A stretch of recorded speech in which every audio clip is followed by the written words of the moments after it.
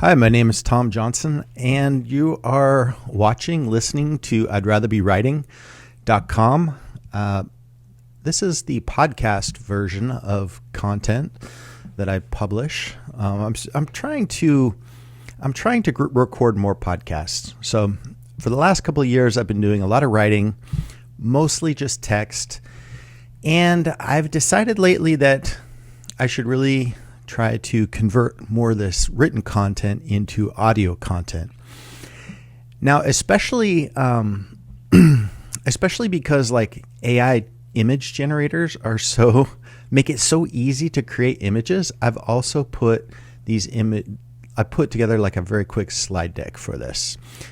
So anyway, I'm going to kind of go through this post titled "My Experience Trying to Write Original Full-Length Human-Sounding Articles Using Claude AI." And I'm not going to read the post because people in the past have told me they hate that, and so I'm going to try to just speak it. I'm going to talk through it. All right. So the gist of the post is that you can use tools like Claude AI or other AI tools to write full articles. You're not limited to just fixing a paragraph here or making a small update there. You can actually write full articles that sound very human-like, but it's hard to pull off. And I tried to do it, and I thought it was going better than it actually was. In this post or in this podcast, I'm going to talk about some of the challenges in writing full-length content, as well as my experiments and techniques and my strategies here. So first, the question is why? Why even try to do this? I can write. I don't need a computer, non-human entity, an AI to do the writing for me. I'm a professional writer. A professional technical writer. I've been writing on my blog since 2006, so gosh, like a long time. I don't have any trouble cranking out posts. Why would I want to try to get an AI to write a post? Well, first, I love experimenting with different techniques. It's sort of what makes it fun. But also, there's this idea or sentiment floating around that like, hey, AI might automate a lot of tech writing jobs, or it might kind of reduce the value of writing. And if AI can write some parts of content, why can't it write more parts? Why can't it write full length content? So in this post, I am gonna walk through the techniques that I think can get partway there. But first, let me talk about some research. As I was kind of looking into articles to try to learn about how to write with AI, to see what's been written, what's been done, and so on. First of all, it's almost impossible to get through wall after wall of marketing. Hey, use our AI writer type tool, whether it's Jasper, Copy AI, or like a dozen others. It seems like that's the only thing I keep finding in Google. But I did come across a couple of articles that were really worth kind of learning about. One is it's called "Navigating the Jagged Technological Frontier," and this image here really is trying to depict like a centaur, which was a key metaphor in contrast to a cyborg. Apparently, the researchers gave some people some tasks and so on, and some of the tasks were more AI capable, like there were tasks that an AI could do, and some were less sort of AI capable tasks.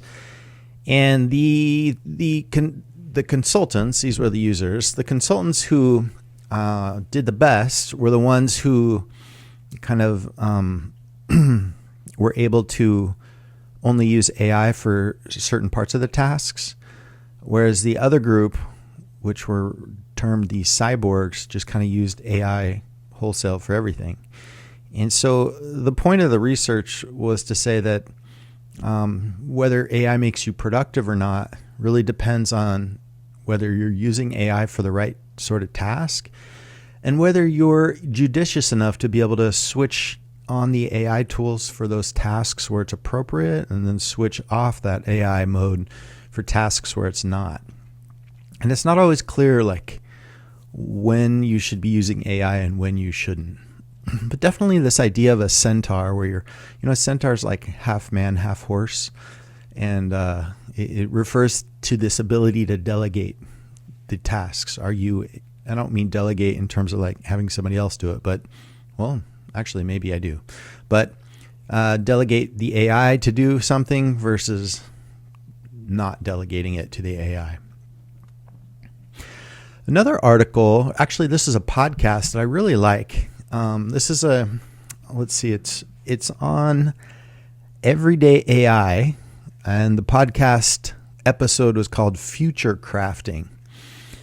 And the host interviewed somebody named Brian Sykes, who I wasn't really aware of, but I think he's kind of very well known in the creative ad design kind of domain, and like the creative professional kind of space. And they use this metaphor of a director, and their basic argument is that, like, as you start to use some of these AI tools, you shift from being the actor who's sort of performing, you shift from being the writer who's constructing each word, to the director who's shaping the scenes, who's telling the story, and who's directing the actors about what they should say and how they should perform.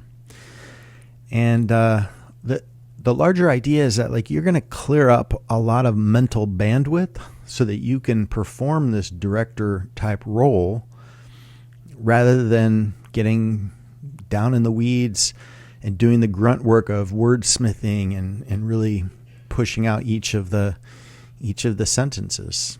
They weren't really talking so much about writing as like design, but I think a lot of it applies. If you think about all the energy and effort that goes into shaping sentences that are smooth, that read well, that are direct, clear, easy to understand, and so on, it's a lot of work.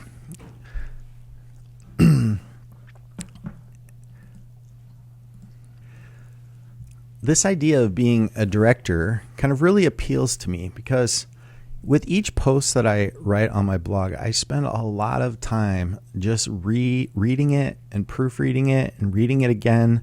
Each time I try to let a day in between the edits to give it some space. And it's just really tedious, like trying to get it to read well and to spot all those parts that jump out at me with more space requires a lot of energy. So if I can somehow kind of offload that wordsmithing to AI and instead focus more time and attention on the logic and the flow and this larger narrative, that would be kind of a big win. All right, so let me move on to what my 3 biggest strategies are for using AI to write. Now, like I said, it's not like I've cracked the code on this by any means, but I'm just sort of sharing what I've tried and why. My first strategy is to prime the AI with accurate information. Second one, to go paragraph by paragraph. And then third, to balance personal voice with explanation. And let me jump into each of these with more details. Okay, so this first strategy is to prime the AI with accurate information. This is why I've specifically called out Claude AI, because it allows you to load it with a ton of input. You can put like 75,000 words into it, and that's like between the input and the conversation limit and so on, so the whole session. But if you're writing about something that requires explanation and you want to make sure that like anything you're explaining is going to be more accurate and not just made up, hallucinated, and so on, by having a lot of articles that the AI can use as source material really make a big difference. So let's say you're writing an article about some topic and you want to be able to sort of access easy explanations about different facets of the topic. You could go and find, I don't know, a dozen articles that really contain a lot of the information that you would then later be summarizing or paraphrasing or referring to, and just sort of load it into the AI as a kind of training right in the chat. And then later when you need to make those summaries, it's going to be a lot more accurate. So I'm a real big fan of the Claude AI precisely because it has such a large input source. All right, my second strategy here is to go paragraph by paragraph. A lot of people start out and they think, oh, I'm going to have this AI tool write a whole post, a whole article in one go. And when you try that, you realize that it's terrible. It's like it's usually way off the mark. But just to take a lesson from software methodology, remember how with Agile, people basically do a couple of weeks of software development and then they show the feature to a user to sort of check in. And then the user feedback might have suggestions or corrections and so on. And so you'll course correct and go back another couple weeks, make some more features, show it to the user, get feedback, and keep doing that. That's the whole idea of modern software development with Scrum and other sort of agile workflows. The previous method was waterfall, where you would just spec it out, the whole project out from the beginning, and then build it for 2 years or so.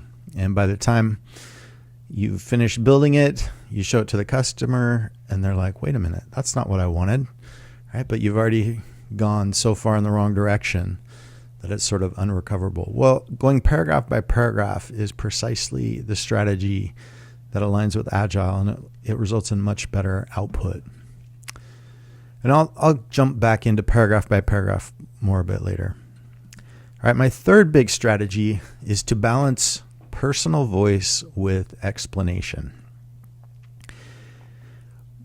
I actually did an MFA in literary nonfiction at Columbia University way back when, back in the early 2000s. And my biggest takeaway is probably this balance. Creative nonfiction, like a personal essay or any kind of more literary essay, really gets a lot of its appeal from this balance of personal experience, anecdotes, insights, coupled with explanation. And this sort of interweaving of the two is what makes it come alive. It also has kind of another benefit. If you're doing a lot of the explanation through an AI tool, having the AI write that explanation, and then you switch into the personal voice and the anecdote, that personal voice is going to better disguise, it's probably the wrong word, but it will disguise the AI written parts more. And when you read something that has an I, a first person, it sort of tricks the brain into just assuming and believing that all the parts of the essay are coming from the author. You better connect with the reader this way. Okay. So those are my three big strategies I was trying. And now let me break down kind of this 10-step process so that I can more thoroughly kind of go through my experiment here.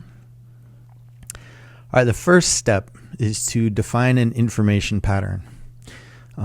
This is kind of one of my favorite parts because a lot of people don't even realize that there's information patterns to things.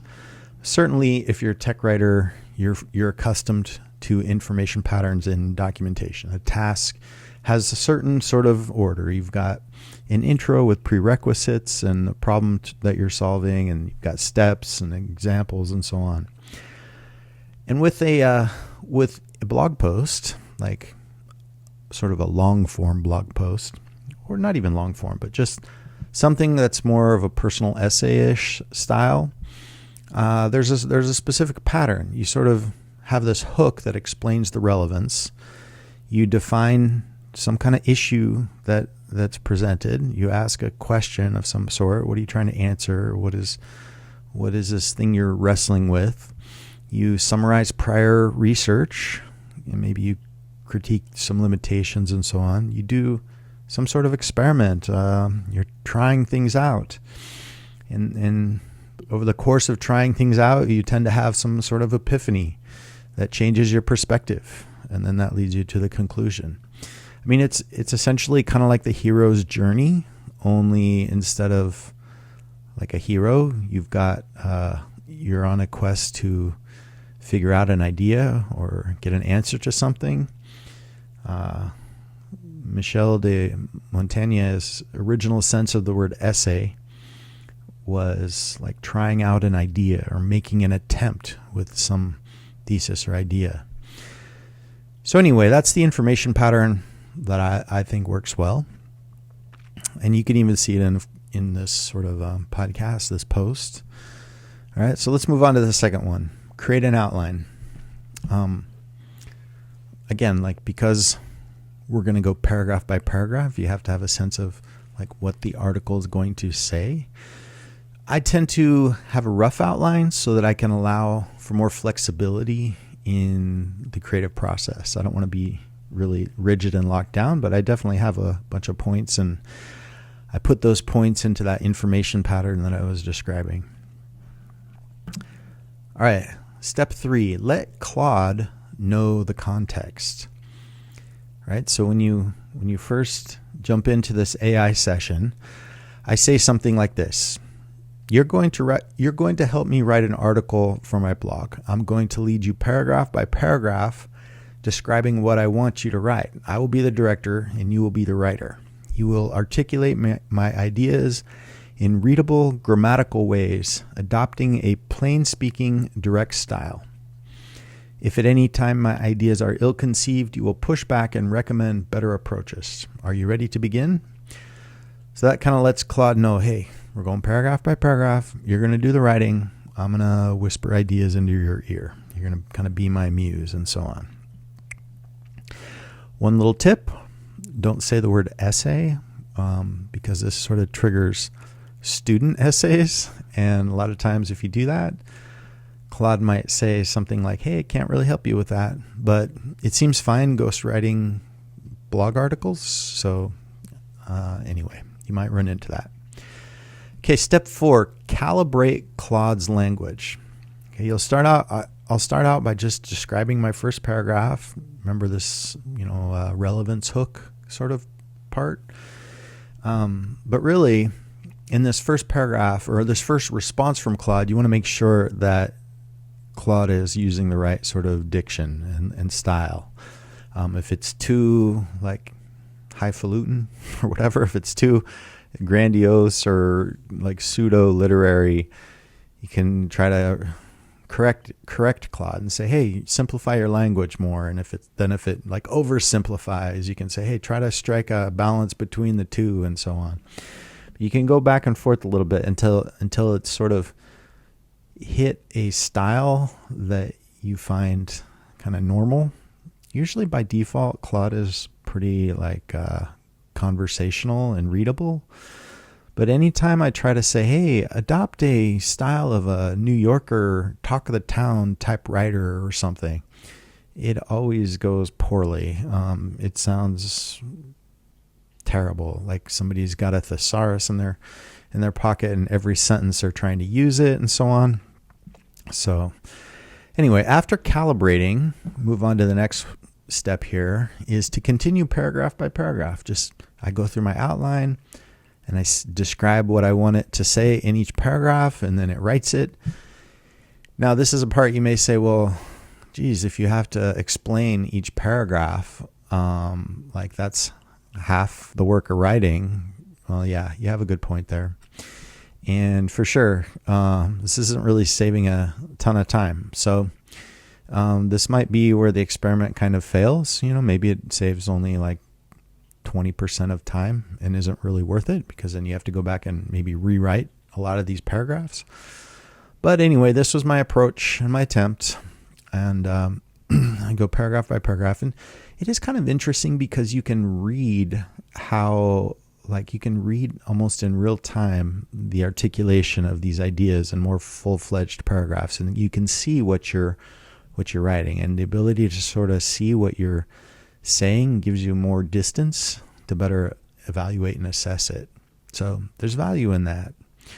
I'm not quite sure how much value, because there's also a lot of value in writing something yourself and sort of going more slowly, because that lets ideas form and solidify more. So I'm sort of mixed here, but anyway, this has been my attempt.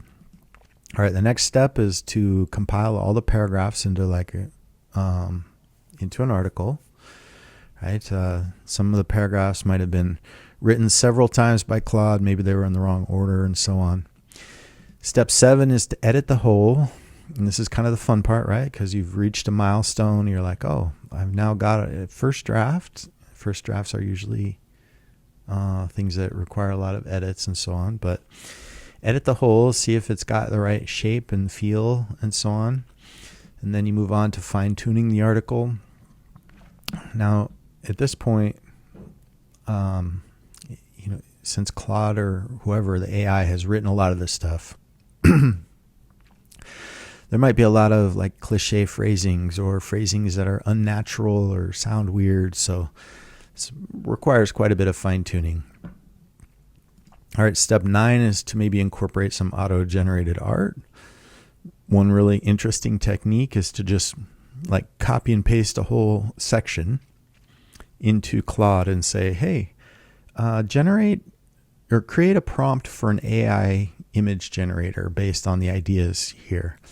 And then just paste it into ChatGPT Plus with Dolly as the mode. It's available in the Plus version. And it generates art. That's how I generated like all of the slide art here. I did this very quickly and just sort of picked the most, one of the 4 images that it generated that I liked. So you can move really fast if you want. All right, step 10, let the content sit a while. Even though it was probably pretty easy to get a first draft, and maybe you're thinking, man, I could create a whole essay every day like this. You don't want to do that. You want to let things sit, because in the back of your mind, maybe you're allowing things to surface and you're realizing that, hey, I really didn't want that part, or this is bugging me. That sort of like back of the mind percolation takes a couple days, at least for me. All right, now, how did these posts turn out? I've only written like a couple of posts using this method. So like I said, this is an experiment. And one of these posts was a diataxis post, and the other was embracing professional redefinition. And I got some good feedback on both of them. For the most part, people liked the posts. People didn't come out and say, hey, this is obviously AI written, Tom. Why are you doing that? No. So it wasn't bad. I didn't feel like they were great posts, but I felt like they were decent. But one reader actually reached out to me, and he said, you know what? Your latest posts feel a bit off. And he was trying to put his finger on exactly why. It was really interesting. Let me just quote a little bit. He allowed me to quote him. He said, "Forgive me if I'm out of line here. I've always looked to you, as a thought leader and pragmatist and so on. But lately something just feels off. The writing doesn't seem to be as refined or tight. Chunks are longer and less Tom-packed," using a kind of interesting adjective there. "They're less Tom-packed, as I used to say, to refer to your uncanny ability to really stuff a paragraph with value with an economy of well-picked words." And he specifically called out the diataxis article. He said the summary appeared especially generated, didn't have key conclusions that I found peppered throughout the body. Still good stuff, but just not like he's used to reading from me. He says AI tends to do this. It makes a nice bulleted lists that don't really reflect the same scrutiny that a writer would apply before figuring out which of the points are really relevant to an argument and so on. So this got me thinking because I was really feeling pretty proud of this process, thinking, man, I've totally nailed it. And then I see this reader's feedback and I'm like, I think he might be onto something. But it was kind of hard to sort out exactly what he was saying. Why was the writing off? And this taps into really a larger question a lot of people have had. They're like, the AI tools, they write well, but something's weird about it. It's like something is off, and different people say different things. I've read one article where somebody said, it's the imperfections that we like, the AI writing is too perfect.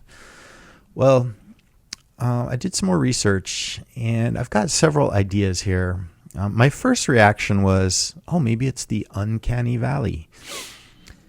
This is the idea that as you get closer and closer to something that looks almost human, you cross over this sort of threshold where it's clearly not a robot and you're like getting very close to human. Then you hit a point where people actually start to feel a lot more unease and revulsion about it.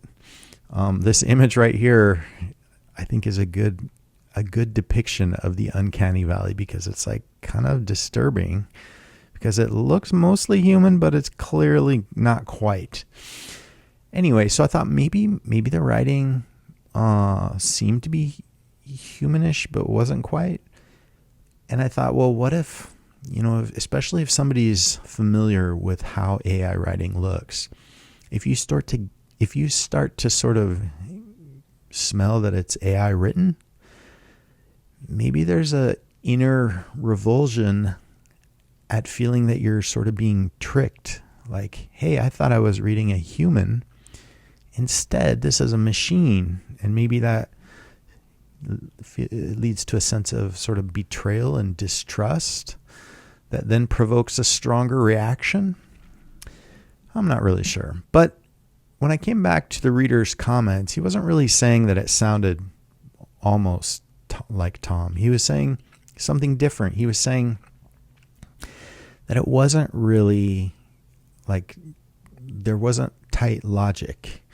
It was rambling, or it didn't have the writer's discerning compactness of ideas and word choice.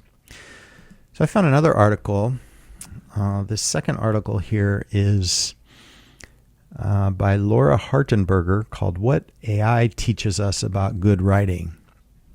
And it's a little more vague. She touches on a number of different things. Let me just read a passage. She says, as readers, we need to feel like the writer is paying attention to us, trying to connect. ChatGPT cannot build a real connection with its reader. It can only imitate one. Reading ChatGPT's writing feels uncanny because there's no driver at the wheel, no real connection being built. While the machine can articulate stakes, it is indifferent to them. I think I mistyped that. Anyway, machine can articulate ideas and experiences. It's indifferent to them. It doesn't care if we care, and somehow that diminishes its power. Its writing tends not to move us emotionally at best. It evokes a sense of muted awe akin to watching a trained dog shake a hand. Hey, look what it can do.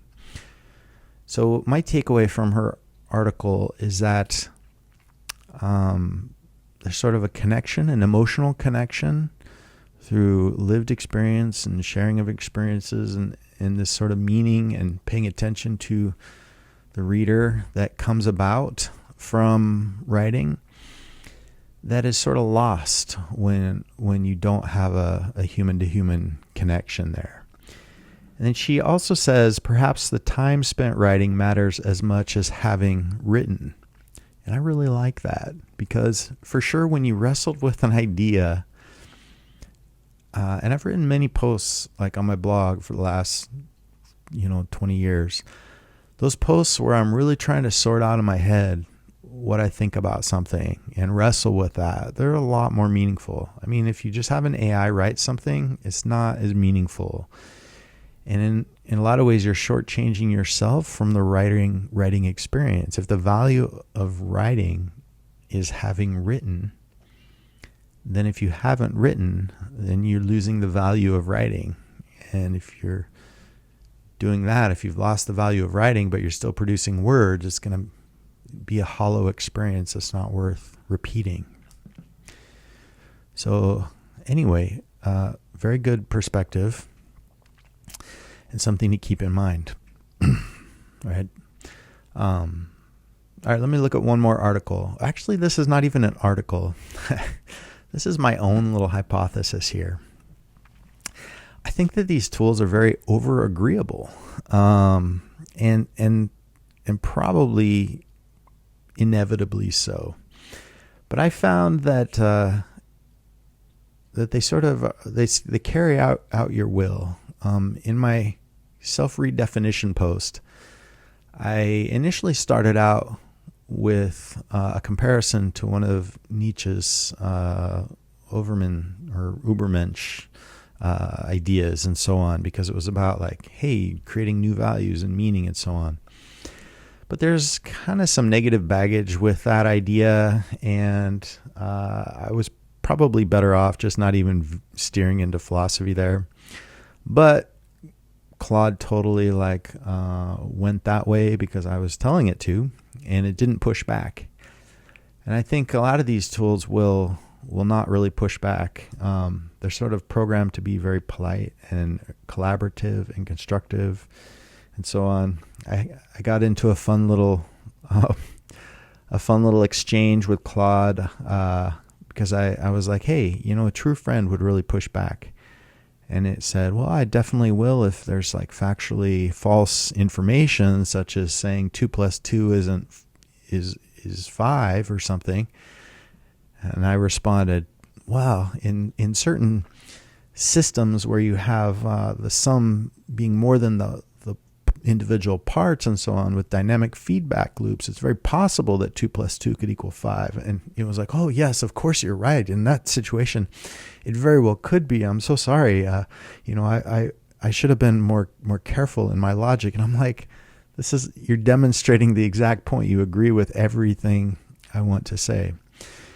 And I think this over-agreeableness could lead to a lack of having a crisp argument. If every time you rely on AI, it sends back kind of this watered-down explanation that doesn't take a side in any kind of issue, then that might reflect in the writing as well, where I don't really have a crisp point, I'm not taking a side, and the writing might not be compact, like the reader was saying. This is just a hypothesis. Obviously, you can use the tools in many different ways, but definitely be on the lookout for over-agreeableness and realize that the tools aren't going to push back and say, are you really sure you want to reference Nietzsche? I mean, you're writing to a technical communication audience, not a philosophy audience. And by the way, you don't really know that much about philosophy either. It's never going to be that direct. So let's just wrap this up. I think based on my experiment, it would probably be best to try to use AI mostly for summary and explanation. And then for the personal experience, more the first person parts, to not rely on it. It's my sort of guess or hypothesis that by just using it more for summary and explanation, you'll be more apt to have a more direct and clear argument, if argument is sort of your game here in the post. You're more apt to follow that argument and have more of a point and an opinion than if you are relying on AI for that part as well. I do think, though, that using AI for summary and explanation really makes things a lot easier. It's really, these tools are great at that, and it can reduce a lot of the cognitive overload for those parts, right? And that balance, again, coming back to the strategy I was describing earlier, this balance between personal experience and summary and explanation, they go back and forth, they interweave. I think it really makes for compelling, engaging content, at least for a blog or other online stuff. That really is a nice winning formula. So, like I said, let me just caveat this. I've only tried this for a couple of posts. I have some news summary posts where I'll summarize some news and so on, but it's not the same as trying to write like a personal essay. And I may decide this whole technique is not worth doing. Maybe it doesn't really save much time and it's not worth it. Maybe I just have to rewrite everything that Claude wrote myself because I want it to sound like me and have my ideas and phrasings. And I could just cut out that whole rewriting process and be much more efficient. But I also kind of think, this might take a little bit of getting used to. It may be something that I get better at, and maybe I can fine tune a process. Ultimately, I do think that it could be useful in the workplace for writing documentation as well, which is a totally different genre. It doesn't have personal experience or argument or voice, three huge components, but it does have a high degree of accuracy. I'm talking about the genre, high degree of accuracy and precision that also can be a challenge. So I'll hit that in another post. If you have any questions or feedback, shoot me an email at tomjoht@gmail.com or the contact form in my blog, I'd rather be writing.com. You can subscribe to my podcast pretty much anywhere. Pocket Casts, iTunes, Spotify. You'll find it pretty much everywhere. And let me know if you like this format with the slides. This is now on YouTube and so on. I needed a visual element. It also sort of helps to talk through the points rather than relying on written text. But it would be great to get feedback. And if you feel like reviewing the podcast, great. If you don't worry about it. But thanks for listening, and see you online.